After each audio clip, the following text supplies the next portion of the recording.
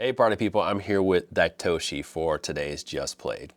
This is a 1 to 4 player game. It's by Devir Games. Danny Garcia is the designer, and every Essen or so, that fall time of season, Devir comes back with another big box game. This one here is set in a universe, actually. I was looking at the back of this book, I was like, oh yeah, that actually makes sense. They have the worms from Silk in this game. They have the little spirits from Daitoku and Yokai Watch. This is also in the Sand universe here, so if you play that one, kind of the artwork will seem somewhat similar. And then you have Batoku. So you have all these different things. This one has a steampunk feel. It is steam. You're literally going to use steam in this game.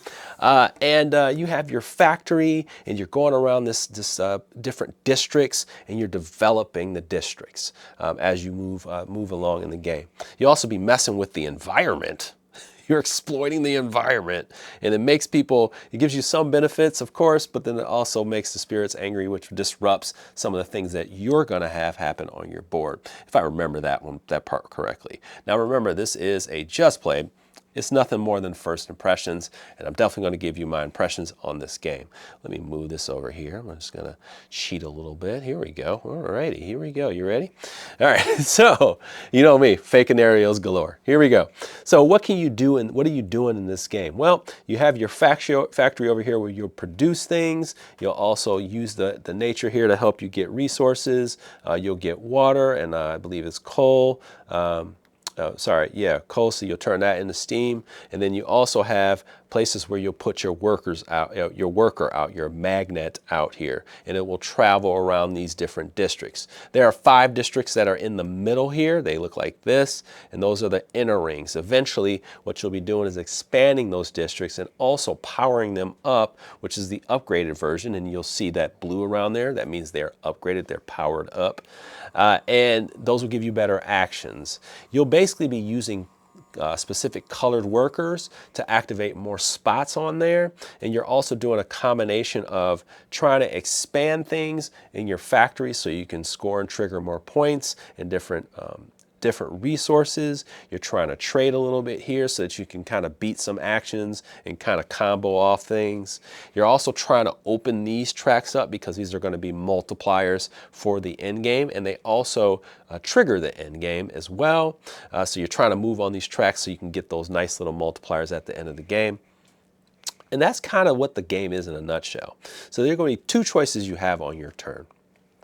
One, you can move your magnet 1 or 2 spaces, or you can just pay to keep it moving around the 5 spots until you get to the spot you want to and take the action.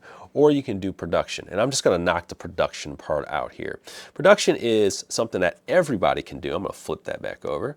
Production is something that everybody can do, but if you are the person taking the turn and you say, I'm going to do production, you're going to say, hey, all right, I want to do production.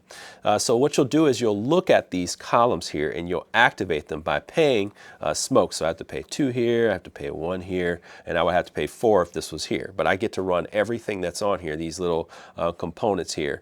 And as you see, there's little tracks under each one. That's basically like an upgrading track for this different thing here. And eventually you will get a chance to upgrade this based on how many times you've activated it. So you'll see like a blue and a pink there. That pink means that you can do it twice, but that is only for the person who says that, hey, I'm taking this action, the person whose turn it is. So you get a little bit of the double action of this game. So in this example, I'm actually just going to move this back here. In the beginning of the game, you would only get one of these wild pieces, and then you wouldn't get anything else because there's 2 X's here. But let's just say eventually in the game, because I've used it multiple times, I would move this up here, and now I'll get double these. I'll get some food. All right, I love giving myself fake resources. And I would get points. And of course, if you go to one of these spots and you get better stuff, you'll get more points and resources. But you'll trigger all of these, and eventually there's even a scoring multiplier at the end of the game for getting further, getting to the end of these tracks. And there's also benefits along the way that will help you. So you really want to make sure you're investing in these, but you also don't want to sleep on the opportunity to take advantage of this on off turns. Now, out here, let's say instead of doing this, you wanted to move your magnet. You can move it 1 or 2 spaces, or you can decide, hey, I'm going to spend a little bit more so I can maybe get a little bit further. Well, let's just say I want to move this 1 space here, 1 district, let's just say. On the district, it will tell you how much it costs to power it up, and what that action will look like on the other side will tell you that as well. So you'll do the power up action and you'll get these benefits. But what's going to happen here is that you have a spot where everybody can go, a spot where just you can go, and a spot where you can go to actually pay to remove all the workers that are there from other turns. I don't know why this guy's over here. But you have this one here. You can actually pay to Steam, and Steam is like money in the game. You're going to be paying to Steam to remove this guy, but then that action will actually give you 3 Steam. Now that looks different for each one of these because each one of these districts has a color in mind. This one has green. So if I went here and I was like, you know what, I'm going to go here and I have green, I can take all my green workers and activate all these actions here. All right, so this will move a tile. This will make me move on this track, and I get a benefit when I do. Okay, this one right here, well, let me put on a flag over here, these banners, and these banners do specific things. This will score my reputation on where I'm at. So as you can tell, points, different combos and things like that. But that comes from expanding my city, which we're about to get to. After you take an action here, and that you cannot do it if you're here, you have to exploit. And you're exploiting the land. This is actually, you're expanding the board, taking tiles off of here. And as you can see, there are points there, and there are some that are negative, and we'll talk about that later. But you want to be further out on these tracks because at the end of the game, there's going to be multipliers based on how many of these reach the end of the track. How far are you on the reputation track? How many of these spots do not have these tiles on here? Because when you do exploit, you are uncovering more of the board, but you're exploiting the land. I just grabbed some of these tiles from over here. But you're exploiting the land, and you'll be placing it on your board, in your factory, and using it, but you'll get something cool. So you'll start out, you'll actually get some coal, and you'll get a red worker. Awesome, right? You get a red worker, great. But what if you went and you did that again? Let's say eventually a little bit later in the game, you decided that you wanted to go back there. You would remove that tile from over there, and then you would place it here. But this time it would be angry. You would anger the spirits in a sense here. And they actually even have like an angry spirit art on there. And then you will still get a benefit, but this becomes dangerous because it actually affects your board. So for example, this one here, if it's red, it actually messes up my ability to keep as many workers. Now I can't keep 6, I can only keep 2.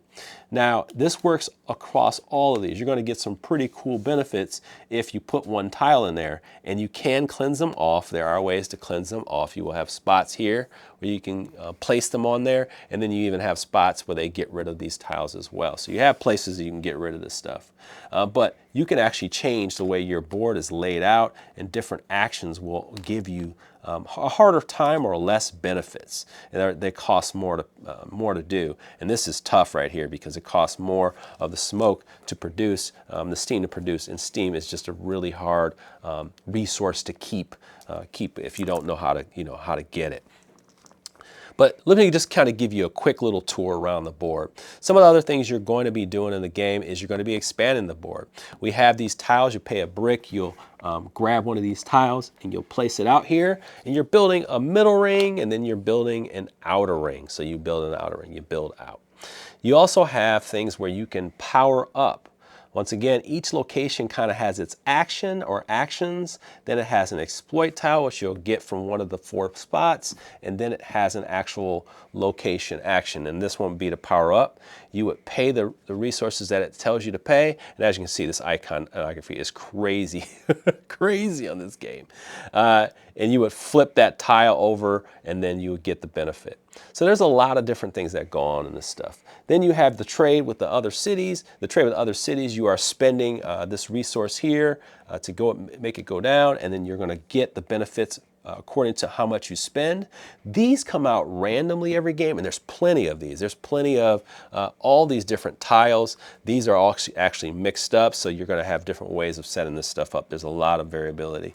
But these are going to give you benefits. When you take these tiles, you could trigger that, spin the banner that's on here, and get that benefit that's next to it. I'm not going to get you too deep in the weeds, but that's also going to cost you steam as well. So you want to invest in those because that's a nice nice little group of points, and if you have enough, you get real savvy with it, you can score a lot of points in the game. You also have things like getting more of these tiles so that you can place them in your factory, so you have more things to trigger during the game. You're going to have, let's see, what else is on here? We got the building, we got that, and then you have the town hall action. So let's talk about the town hall, and let's talk about this one here. So this is like your mega, I can't remember what it's called, but this is like your, this balloon thing here. This is going to take you out here, okay? So wherever you are, it's going to represent that color. So let's just say I'm going to steal one of these green workers here. I bring my green worker out here because I'm here, and the blimp is here, okay? The blimp is with me where I'm at. And it has to be green. What I wanted to do is I'm going to spend all these resources here, and then if I had a tile here, this one would have been here like that. This tile would have been there. If I spend all these resources, I get to take this tile and put it on my board, but then I get to take one of the tiles from my board and place it on one of these here. Okay, and if I do, well, not only do I get this, I get this benefit right here, but I may unlock one of these spots here, and these are different things that are on the board, which makes this space more attractive. It's almost like upgrading out here. So the more of these that come off, you'll actually unlock these. So let's just say in this case, these would come off, and then I would unlock this, and then for future turns, they would also get 3 movement on these things on the inside, which gives you more benefits as well. So there's a lot of little things in this game, but I'm not going to get too deep in the weeds. I think that's important. You're going to have, like I said, multipliers at the end of the game according to how far you're on these tracks and get to the end of these tracks. You're going to have ones for having these tiles out of here, and like I kind of make sure I want to make this clear, like exploiting the land can hurt you, because in this, at the end of the game, you want to make sure that these slots are cleaned out, you've restored where you are, but also if you have more of these in here, this is going to be negative points for you times how many of these you have in here. So that's a tough one there. This one actually has to do with your reputation multiplier, and I think that's all the ones I need to cover here. So instead of sitting here all night and telling you about the whole game, what about, who's Daitoshi for? Daitoshi is for people who absolutely love Devir fans. I think there's a growing number of Devir fans out there that are like rabid fans. This may just be the next one in your collection. If you care about the next in the series, this is for you. It is a highly thematic type game. It's trying to keep you in this world. I actually think that does a good job of it. They really do kind of keep you in the world with the artwork. It's even got the Silk guys on there. I think that's really cute, by the way. I love that game, Silk, with the bump mechanic in there. But you're going to like that kind of stuff. Medium to heavyweight game, if you like that kind of salady, different ways to score points, and a lot of variability, a lot. I mean, there's a lot of extra tiles in this game available to you that you're mixing up. I mean, there's stacks and stacks and stacks of these tiles that I don't even have out here. So just to give you an idea. And the way this game is going to play out, I mean, even these tiles will be set up different every game. There's multiple ones of these that have different scoring tiles on them. These are going to be stacked, so these will be in a different stack like this, so they won't be out here the same way every time. They won't come out here to choose from the same way every time. So you're going to have that as well, and those can be placed anywhere on the board. So there's a lot of different ways that this can all play out, and I think if that's something you're into, you're going to be very attracted to this game. Now, who is this game not for? Well, let's flip that. Some games are point salady but have no focus to you. So sometimes you think, hey, this has got everything in the kitchen sink, but is it really, is it really doing anything, or am I just kind of sort of getting through this game trying to figure it out? Like, is there too much? It's almost like it's too much. It's trying to do too much. And that's the best way to describe it. Is this game trying to do too much? And you can see that in other recent designs, whether you think that that's kind of like a trend, because I hear that a lot. I see that a lot. People are like, this is a trend of like a whole bunch of games, no focus, lots of mechanics from different games, kind of a greatest hits. I think people will see that way. And I'll be honest with you, my first play, that's kind of where I was leaning. I was like, I don't know, there's a lot of stuff. Is it fun, or am I just doing a lot of stuff? And I think that is something that people will need to pay attention to. You may have enough big euros in your game, in your play time, and to take your focus. This game is going to take a lot of time. If you play 4 players, I think this game it's pushing 3 hours, easy. It says it's 2 hours, it says 120 minutes. I'm not sure unless you're playing maybe 3 player that knows the game very well, then that would probably be consistent after multiple plays. And they would have to know the rules really well and kind of know the strategies that they kind of have in mind. I don't think this game can get to 2 hours. But that's just me. This is just one play. I think I'll leave it right there. This is a just played. My early impressions are, I don't know how I feel about this game, and that's the first impressions here. All I know is I had fun, but I don't know how much fun I had, and I questioned some things. So that's where I'm at. I mean, I spent some good money on this at Essen, so I'm definitely going to play it again, and I'm definitely going to play it maybe one more time after that, and we'll tell you how I feel about the game. Please stay tuned to the channel for more of that, but if you have any questions, leave them in the comments below. And with that, party people, you take care. You have a wonderful day. Thank you for joining me on MVM for Just Played for Daitoshi.